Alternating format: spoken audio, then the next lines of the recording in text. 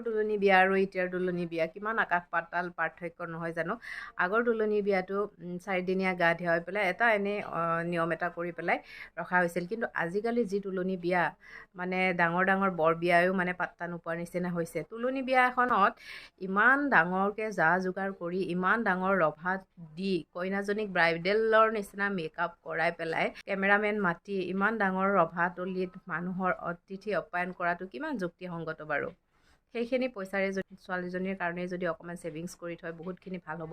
আজিকালি যিহেতু পঢ়া শুনাৰ ক্ষেত্ৰত ইমান টকা পইচা দৰকাৰ হয়, সেইবাবে ছোৱালীজনীৰ ভৱিষ্যতৰ বাবে সেই পইচাখিনি সাঁচিওতো ৰাখিব পাৰে। কিছুমানৰ আছে টকা পইচা আছে, তেওঁলোকে পাৰিছে কৰিছে, সেইটোত কোনো দুবিধা নাই। কিন্তু আন এচাম আছে দেখাক দেখি পেলাই মানে যদিও বা তেখেতসকলৰ পইচা নাথাকে 4দিনীয়া গা ধোৱাটো থৈ দি পেলাই পাৰ্টি এটা যে ডাঙৰকৈ দিব লাগিব, সেই পাৰ্টিটো দিবৰ কাৰণে কিছুমানে কিন্তু এবছৰ বা 1.5 বছৰৰ পিছতো সেই পাৰ্টিটো দিয়ে। সেই পাৰ্টিটো দিয়াৰ বাৰু কিবা যুক্তি আছে নেকি?